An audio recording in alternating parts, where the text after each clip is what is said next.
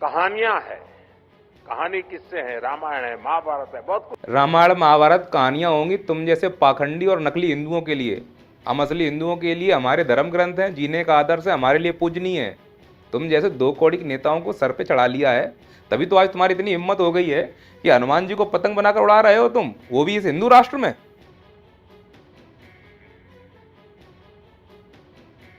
हमारे हनुमान जी पूरी दुनिया की गेमिंग को चला सकते हैं। लो भाई, गेमिंग हनुमान जी चलाएंगे, मनरेगा राम जी चलाएंगे, मोदी जी हनुमान जी राम जी दोनों को चलाएंगे, तो देश कौन चलाएगा बे? इस सज्जन को क्या तकलीफ है भाई? अरे ये तकलीफ है कि मनोरंजन के लिए तुमको चुना है, मनोरंजन तुम कर नहीं रहे हो हमारा। एक काम करो, एक गाना सुनाओ शानदार। ले बेटा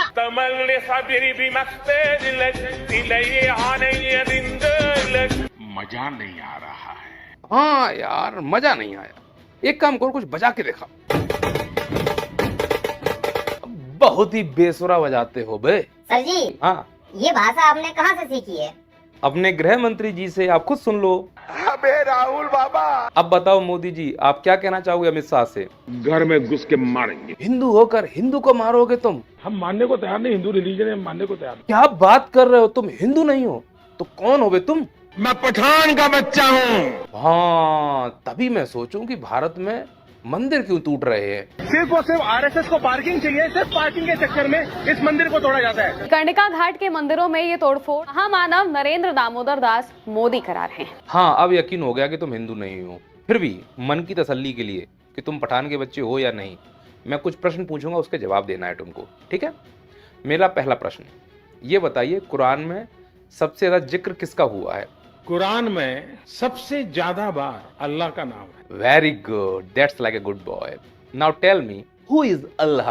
अल्लाह इज रहमान एंड रहीम। बहुत शानदार। अब चूंकि ये हिंदुओं का राष्ट्र है, तो तुम मुझे ये बताओ कि भारत के हिंदू देवी देवताओं को लेकर तुम्हारे क्या विचार हैं?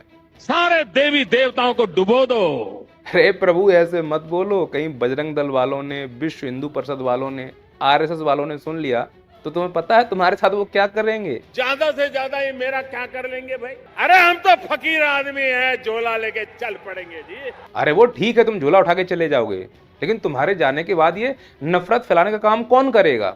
मेरे छोटे भाई धीरेन्द्र शास्त्री जी। अच्छा, आपके छोटे भाई क्या करते हैं? भद्दी भद्दी गालियां दी गई। अरे गाली तो पूरे बीजेपी में सब देते हैं। तो मैंने सोचा साला। मोदी जी, आप तो बस ये बताओ कि आपके छोटे भाई धीरेन्द्र शास्त्री का एजेंडा क्या है? हमारे समाज को बांटना, उसकी एकता को तोड़ना ही इनका एजेंडा है। मोदी जी, मैं कैसे मान लूं कि तुम्हारे भाई का एजेंडा है? एडिटर साहब, इसका कोई सबूत है आपके पास? अगर है तो दर्शकों को दिखाओ कि धीरेन्द्र शास्त्री का एजेंडा क्या है, कैसे वो एक तरफ मुस्लिमों से प्यार करते हैं और दूसरी तरफ मुस्लिमों के खिलाफ नफरत फैलाते हैं। दिखाओ भाई।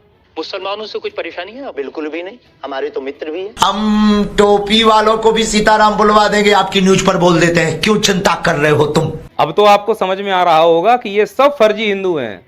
सनातन को बचाने की बात करने वालों से ही सबसे ज्यादा खतरा है सनातन को। ये भगवे की आड़ में दलाल हैं, चाटुकार हैं, ये गद्दियां सेक रहे हैं, उन सरकारों के लिए काम कर रहे हैं जिन सरकारों ने इनको पब्लिसिटी दी है, गद्दियां दी हैं। धर्म की आड़ में सरकार का एजेंडा चलाते हैं ये। और अगर ये लोग सच में सनातनी होते, सच में धर्म गुरु होते, सच में गौरक्षक होते, तो ये सब अपने अपने पंडालों से अभी तक उस हलाला सर्टिफिकेट का विरोध करना शुरू कर चुके होते जो केंद्र सरकार ने जारी किया है। क्योंकि नकली धर्म गुरुओं के सहारे हम बैठे रहे, तब तक हमारी गौ माताएं कट रही हैं।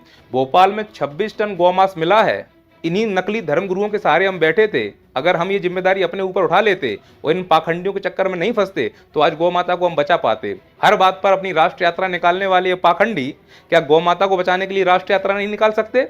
अरे संतो, बैठ जाओ सड़कों पर जाम करके, अन्न पानी सब छोड़ दो। जब तक गौ माता को इंसाफ नहीं मिलेगा तब तक हम वहां से नहीं हलेंगे। लेकिन ये काम एक सनातनी कर सकता है, एक सच्चा हिंदू कर सकता है, ऐसे पाखंडी नहीं।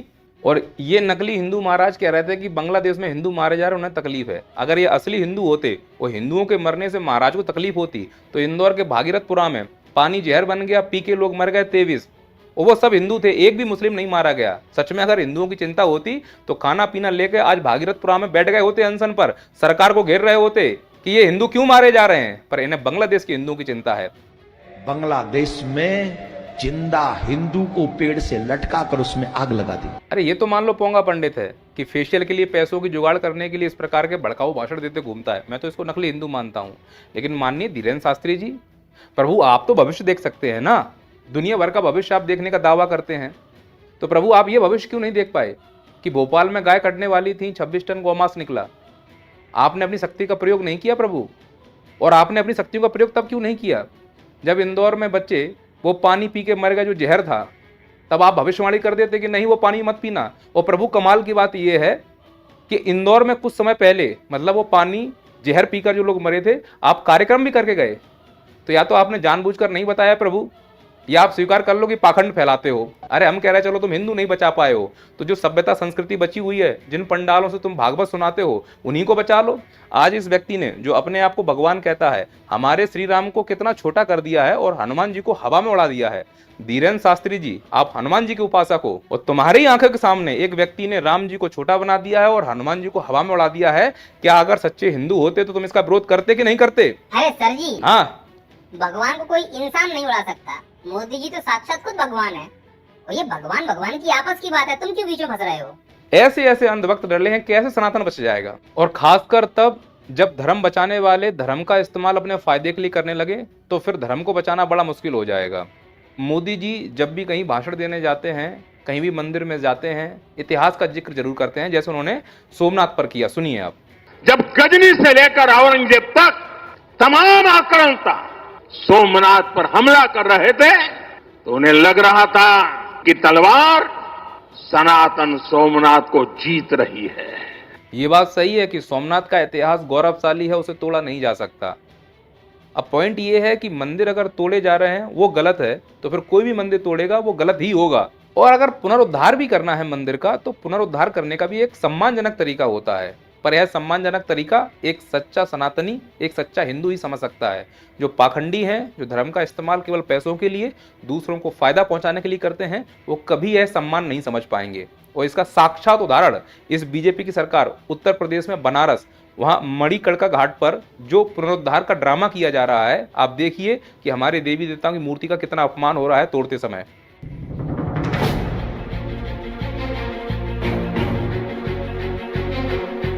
और इस अपमान को वो लोग नहीं सह पा रहे हैं जो बनारस में सच्चे हिंदू हैं, सच्चे सनातनी हैं।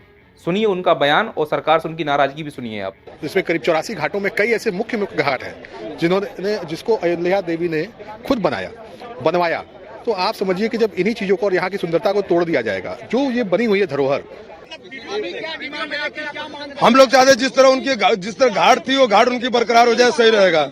स्पष्ट दिख रहा है कि लोग नाराज हैं और बोल रहे हैं कि अगर तुमको पुनरुद्धार करने का इतना ही शौक है, तो बनारस की जो सकरी गलियां हैं जहां लोगों ने कब्जा कर लिया है, कई सारे चबूतरे बने हुए हैं, अन्य और संस्थाएं बनी हुई हैं जो सरकारी या किसी ठेकेदार नेता की हैं, पहले उनको हटाओ।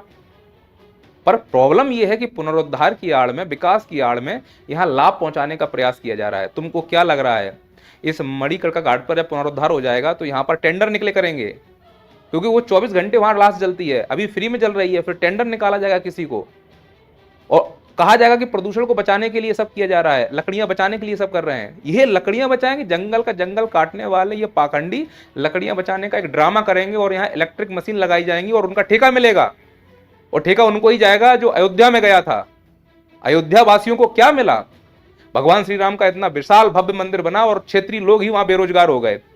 बड़े बड़े टेंडर बाहर से आए लोगों को मिला, खासकर गुजरात। अब कुछ बोलेंगे गुजरात क्या भारत में नहीं है? अरे गुजरात के लोग गुजरात में रोजगार पा रहे हैं ना, तो उत्तर प्रदेश के लोग उत्तर प्रदेश में रोजगार पाएं। पर इस विकास की आड़ में, धर्म की आड़ में जो ठेके बांटे जाते हैं, वो ठेके किसको मिलते हैं, इस पर कोई बात ही नहीं करना चाहता। बस यह देखते हैं कि नहीं पुनरुद्धार हो रहा है, अच्छी बात है, उसके लिए मंदिर तोड़े जा सकते हैं। पर इस अपमान के साथ भाई मैं तो नहीं सहने वाला। मैं एक सच्चा हिंदू हूं और इस प्रकार का अपमान अपने सनातन धर्म के लिए नहीं सहूंगा, फिर वो चाहे कोई भी सरकार हो। और हमारे देवी देवताओं का अपमान करना बीजेपी तो अपना मूलभूत अधिकार समझती है। ये अपने मतलब के लिए भी हमारे मंदिरों को तोड़ सकते हैं। जैसे आरएसएस को पार्किंग चाहिए थी तो हनुमान जी का मंदिर तोड़ डाला। सिर्फ और सिर्फ आरएसएस को पार्किंग चाहिए, सिर्फ पार्किंग के चक्कर में इस मंदिर को तोड़ा जाता है। क्या सही है? 1400 साल पुराना मंदिर। अब हनुमान जी का मंदिर टूटा, ना बजरंग दल वालों को दिक्कत है, ना धीरेन्द्र शास्त्री को दिक्कत है, पर हम जैसे सच्चे सनातनी, सच्चे हिंदुओं को इस बात की दिक्कत है, और मैं इसका घोर विरोध कर रहा हूँ। कभी ये लोग हनुमान जी के भगवान श्री राम जी को छोटा बना देते हैं, कभी हनुमान जी को ये लोग हवा में उड़ा देते हैं। अब एक भगवान दूसरे भगवान को हवा में उड़ा रहा है, तो ये भगवान के आपस की बात है, मैं क्या बोलूं। यही हो रहा है इस अमृत काल में। यही अगर किसी मुस्लिम ने ऐसा काम किया होता तो अभी हिंदू मुस्लिम का एंगल खोल दिया जाता। कोई दूसरा व्यक्ति ये काम कर रहा होता तो हिंदू मुस्लिम का एंगल खोल दिया जाता। क्या हमारे हनुमान जी इतने हल्के हो गए कि कोई भी आए व्यक्ति उनको हवा में उड़ाए? डोर हाथ में पकड़े हुए, ये स्पष्ट मैसेज है कि तुम्हारा हनुमान मेरे हाथ से, मेरे हाथों की कठपुतली है तुम्हारा हनुमान। अरे चुभता है यहाँ पे। ये कौन होता है हमारे भगवान को हवा में उड़ाने वाला? अब कोई नहीं आके इसके विरोध में बोल सकता। क्यों नहीं बोल सकता? क्योंकि इसने अपने नीचे कुछ एजेंट लगा के रखे हुए हैं, पंडाल लगा लगा कर हमारा दिमाग ये लोग एकदम ब्रेन वॉश कर देते हैं। इनके पंडालों में ना तो कथा होगी, ना कथा के मंत्र होंगे, ना ही किसी भागवत का श्लोक गाया जाएगा।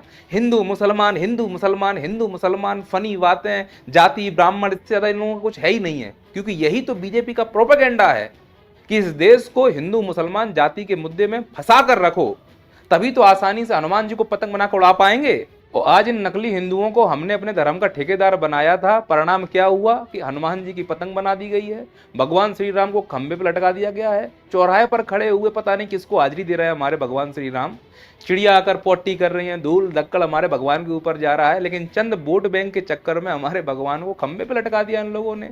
जो अपने आप को धर्मगुरु कहते थे, जो इस प्रकार की क्रिया विधियों का विरोध कर सकते थे, वो खुद इस माया जाल में फंसे हुए हैं। हनुमान जी को गधे के स्थान पे बल्ला पकड़ा दिया है। वो अपने आप को इतना महान समझ रहे हैं कि खुद की फोटो ऊपर है और हनुमान जी और अन्य भगवानों की फोटो नीचे रख दी गई है। कुछ ज्ञानी बोलेंगे लोगो है, इसमें क्या दिक्कत होता है?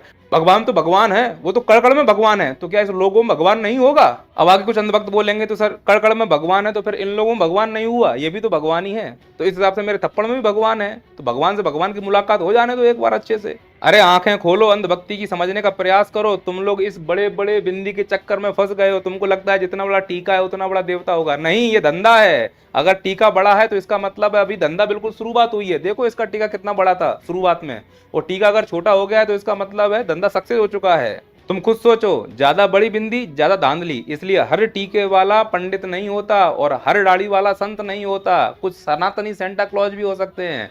समझो इन सनातनियों ने कैसे हमारे सनातन धर्म को बदनाम कर दिया है। जो सच्चा संत होगा वो इस प्रकार की मोह माया की जाल में फंसेगा ही नहीं। आप इस बात को समझने का प्रयास करें। हमारे सनातन धर्म को बनाया नहीं जा रहा है, बर्बाद किया जा रहा है, पूरी तरह से उसका कॉमर्शलाइजेशन किया जा रहा है, पैसों के लिए बेचा जा रहा है हमारा सनातन धर्म, और वोट बैंक की बलि चढ़ रहा है हमारा सनातन धर्म। इस चीज को समझें। सभी सनातनियों से मेरा निवेदन है, आंखें खोलें, अंधभक्ति की पट्टी खोलें, नहीं तो ये सनातन नहीं बचेगा, हिंदू धर्म नहीं बचेगा। गौ माता की अगर रक्षा करनी है तो इन पाखंडियों के भरोसे मत बैठो। सरकार से खुद अपील करो, सरकार से निवेदन करो कि इसके लिए कानून बनाए। अगर सरकार ऐसा नहीं करती है, तुम्हारी उंगली में बहुत पावर है, वोट उसी को देना जो गौ माता की रक्षा करने के लिए कानून बनाए, अन्यथा उसको वोट नहीं देना। जय सनातन धर्म, जय गौ माता, जय हिंद, जय भारत। देश से बढ़कर कुछ नहीं।